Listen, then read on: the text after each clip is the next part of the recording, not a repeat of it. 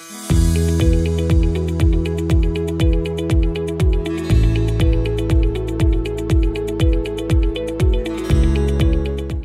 అండి, నేను మీ doctor MS Reddy, Kiran hospitals, Karman Ghat, LB Nagar. ఈరోజు మనం మోషన్ పోయే ద్వారం దగ్గర వచ్చే కామన్ ప్రాబ్లమ్స్ గురించి డిస్కస్ చేస్తామండి. అందులో మూడోది వచ్చేసి ఫిస్టులా మనకు. సో ఇప్పుడు మనం చూస్తే మెయిన్ పేషెంట్ మనకు డిశ్చార్జ్తో ప్రజెంట్ అవుతారు. పెయిన్ ఎక్కువ ఉండదు, బ్లీడింగ్ ఉండదు, స్వెల్లింగ్ అంటే వాపులాగా ఉండదు. చాలా 90% 90 to 95 మెంబర్స్ డిశ్చార్జ్తో ప్రజెంట్ అవుతారు. కొంతమందికి ఇన్ఫెక్షన్ వస్తే ఈ డిశ్చార్జ్తో పాటు ఫీవర్ రావచ్చు.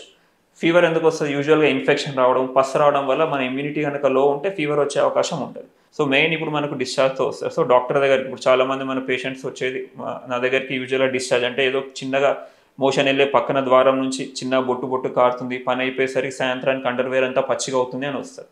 సో చూస్తే వాళ్ళకు ఫిస్టులా ఉంటుంది. సో వాళ్ళకి ఏం చెప్తాము అంటే మెయిన్ ఈ ఫిస్టులా కనుక వస్తే గుర్తుపెట్టుకోవాల్సింది దీనికి సర్జికల్ ఇంటర్వెన్షన్ అంటే ఆపరేషన్ ఒక్కటే మార్గం, మందులతో తగ్గదు. మనం ఎన్ని రోజులు వేసుకున్న మందు అక్కడ నుంచి వచ్చే డిశ్చార్జ్ కొన్ని రోజులు తగ్గుతుంది, మందులు వాడినన్ని రోజులు. చీమేమని ఉంటే మందులు వాడినప్పుడు తగ్గుతుంది. మళ్ళీ ఎప్పుడైతే మందులు వాడడం మానేస్తామో మళ్ళీ ఇన్ఫెక్షన్ రావడము, డిశ్చార్జ్ రావడము, సేమ్ ప్రాబ్లం రిపీట్ కావడం ఉంటుంది. సో ఇలా ఉన్న వాళ్ళకి ఏం చేస్తామంటే మీరు మీ డాక్టర్ దగ్గరికి వెళ్తే ఒకసారి మీరు హిస్టరీ తీసుకొని క్లినికల్ ఎగ్జామినేషన్ చాలా ఇంపార్టెంట్.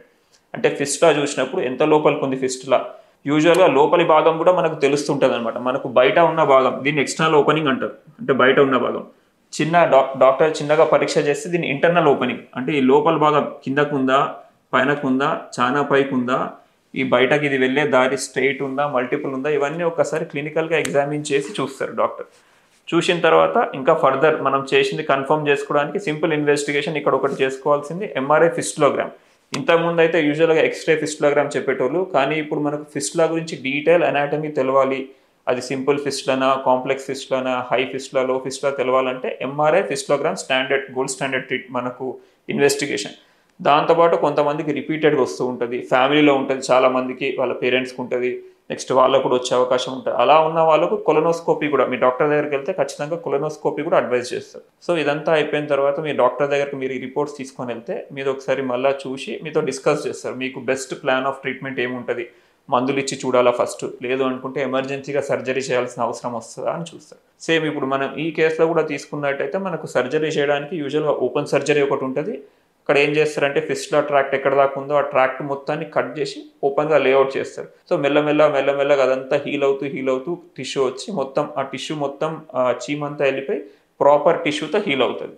ఈ ఒక్క ట్రీట్మెంట్ దగ్గర కొంతమంది ఈ చారసూత్ర అంటారు, అంటే ఇప్పుడు మనకు చిన్న థ్రెడ్ లాంటిది పెట్టేసి ఈ ఫిస్టులా ఎక్కడైతే ఉందో దాన్ని టై చేసి వదిలేస్తారు. మెల్లమెల్లగా ఆ థ్రెడ్ ఫ్రిక్షన్కి కట్ అయిపోయి ఆ టిష్యూ కూడా మొత్తం ఉన్న టిష్యూ అంటే వెళ్ళిపోయి మెల్లగా కొత్త టిష్యూ వస్తుంది. యూజువల్గా ఫిస్టులాలో ఇప్పుడు కూడా ఈ ప్రాసెస్, ఈ పద్ధతి అనేది ఫాలో అవుతూ ఉన్నారనమాట. ఆయుర్వేదిక్ సర్జరీలో చేసినట్టు ఇది రిజల్ట్స్ కూడా ఇచ్చినట్టు కూడా చూసినాం మనం చాలా మటుకు. అంటే ఒక 100 మెంబర్స్ కనుక చేయించుకుంటే ఒక 30 to 40% వాళ్ళకు ట్రీట్మెంట్ సొల్యూషన్ లాగా కూడా పనిచేస్తుంది.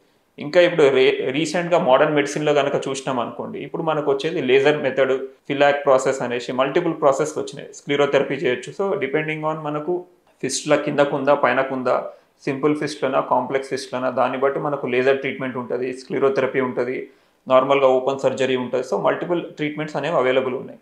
సో మెయిన్ మనం చూసుకోవాల్సింది ఇది కనుక తీసుకుంటే ఫిస్టులా ఉన్నప్పుడు మనకు మెయిన్ ఏముంటుంది ప్రాబ్లం అంటే డిశ్చార్జ్. సో మెయిన్ డిశ్చార్జ్ వచ్చేసి మనకు ఫిస్టులాలో క్లాసిక్ సిమ్టమ్ ఉంటుంది. మీరు మీ డాక్టర్ దగ్గరికి వస్తే చూసి మీకు కండిషన్కి కొంచెం డైట్ మోడిఫికేషన్స్ చేయడము, యాంటీబయాటిక్స్ ఇచ్చి చూస్తారు. కానీ దీనికి పర్మనెంట్ సొల్యూషన్ మాత్రం ఫిస్టులాకి సర్జికల్ ఇంటర్వెన్షన్ అంటే ఆపరేషన్ చేయాల్సిన అవసరం ఖచ్చితంగా వస్తుంది. రికరెన్స్ రేట్ అనేది కూడా మామూలు సర్జరీస్ కన్నా ఎక్కువ ఉంటుంది. అది ఒక్కసారి మీరు మీ డాక్టర్తో డిస్కస్ చేస్తే వాళ్ళు క్లియర్గా మీకు ఎక్స్ప్లెయిన్ చేస్తారు. సో దట్ ఫ్యూచర్లో రాకుండా ఉండడానికి మన సైడ్ నుంచి మనం ఏం ప్రివెన్షన్స్ తీసుకుంటాము, ఏం కేర్ తీసుకోవాలా, లోకల్ హైజీన్ తీసుకోవడము, ఇవన్నీ మనం ఫాలో అవుతాం.